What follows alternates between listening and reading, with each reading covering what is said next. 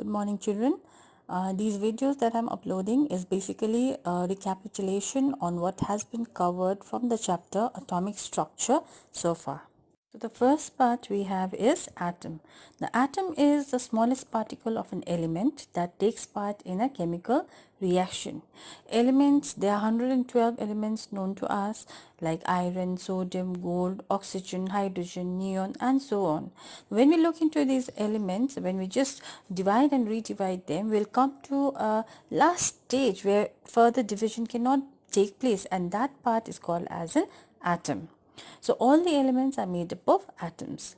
Then Maharishi Kannada was the first person to propose that matter is made up of very small particles called Parmanu. Maharishi Kannada was an Indian philosopher. Then we have John Dalton, who called these tiniest particles as atoms. Atom in Greek means indivisible. Atoms do not exist independently. They are not stable alone. So they have to combine with another atom of their own kind or of different kinds. Now when these atoms are linked together, alright, so these linked atoms are known as molecules.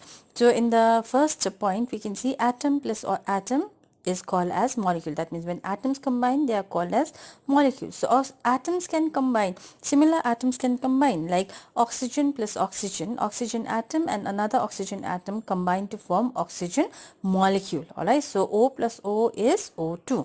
Similarly, atoms of different elements like hydrogen, atom of hydrogen and atom of oxygen is combining together to form a molecule of water or water molecule inside an atom. So earlier atoms were thought to be they could not be divided, and that atom was the ultimate part of any element. But now with the advancement in science and technology, we know that atoms can be further divided into even tinier particles called subatomic particles. So there are three subatomic particles: protons, electrons and neutrons. Protons are represented with a capital P or small p with a plus sign. That means protons carry a positive sign, charge. Then electrons represented by capital E or small e with a minus sign. So that means electrons are negatively charged. And the third subatomic particle are the neutrons, represented by capital N or small n with a 0 on top. So that means neutrons carry no charge. Now, where are these subatomic particles arranged in an atom? Now, in the atom, if you see the structure of an atom, in the center, there is the nucleus, alright. So, in the center, the nucleus contains protons and neutrons.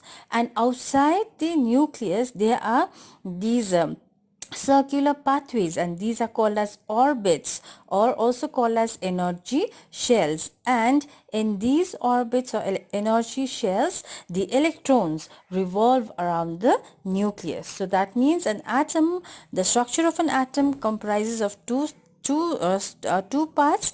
First is the nucleus, which contains protons and neutrons, and second is the orbits or energy shells, where the electrons revolve around the nucleus.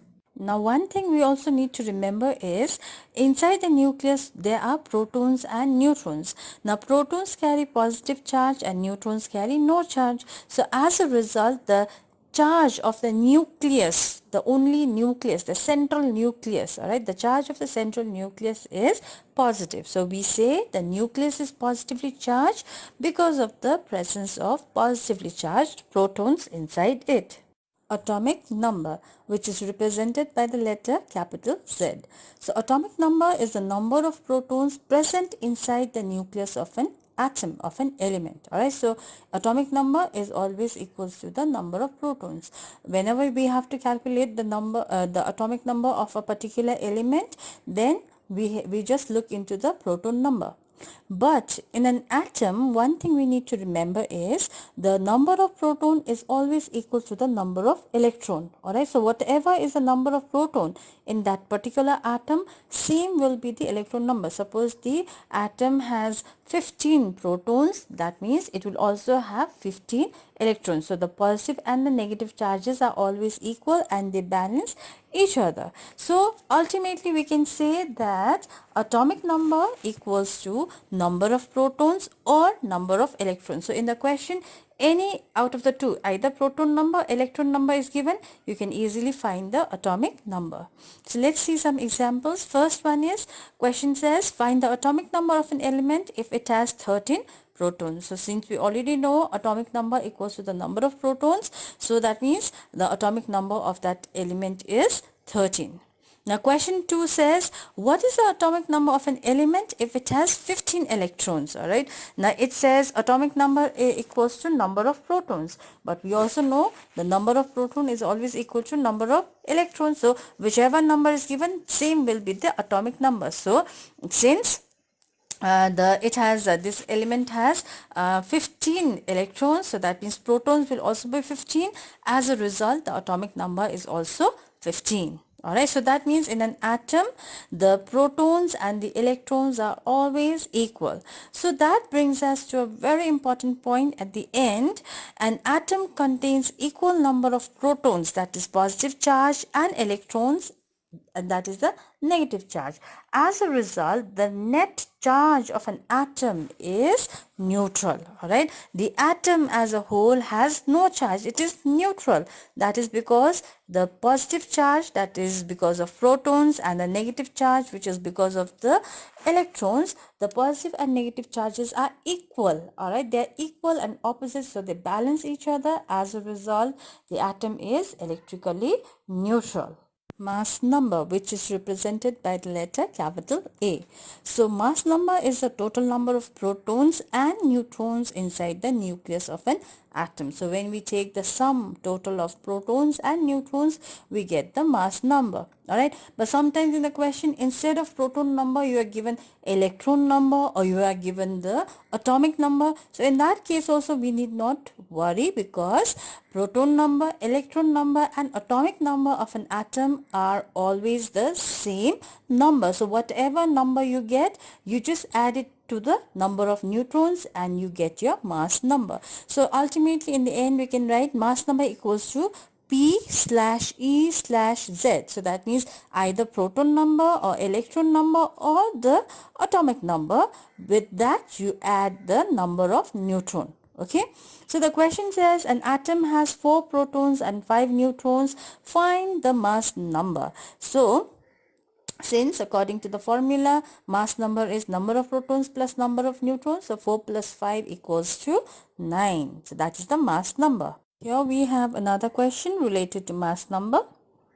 An atom has 15 electrons and 16 neutrons. Find its mass number. So since the formula is mass number equals to number of protons plus number of neutrons, but in the question electron number is given. So since we know proton number, electron number, everything is the same, right? So here electron number is 15, that means proton number will also be 15. So to get the mass number, add 15 plus 16 together. The mass number of that particular element is 31. Now coming to the calculation of number of neutron. To calculate the number of neutron of a particular element, we simply need to subtract mass number and the atomic number or proton number or electron number. So in this equation I have written number of neutron equals to mass number minus atomic number slash proton number slash electron number. So that means out of the 3, if any number is given, simply subtract that from the mass number and we get the number of neutron. So here in the question, calculate the neutron number if an atom has mass number 38 and proton number 19. So that means number of neutron equals to 38 minus 19. That is answer. Ultimate answer is the final answer is 19. Lastly, we come to relative atomic mass. Right, so relative atomic mass is a number which tells us how many times an atom of that element is heavier than an atom of hydrogen. Alright, so now these atoms are very, very small and tiny, so we don't have any particular instrument sort of which can be utilized to weigh or take the mass of that particular atom. So what we do is we compare the mass of a particular element to that of hydrogen, atom of hydrogen. The mass of hydrogen atom is taken as a standard. So to that we compare, and that number is called as relative atomic mass. We are relating it. We are just relating it, and we are just looking at whether that particular element is heavier than hydrogen or lesser in weight than hydrogen. So this relation that we see, all right, we are relating it, so that is called as relative atomic mass. For example, the atomic weight of nitrogen is 14. So that means one atom of nitrogen is 14 times heavier than one atom of hydrogen.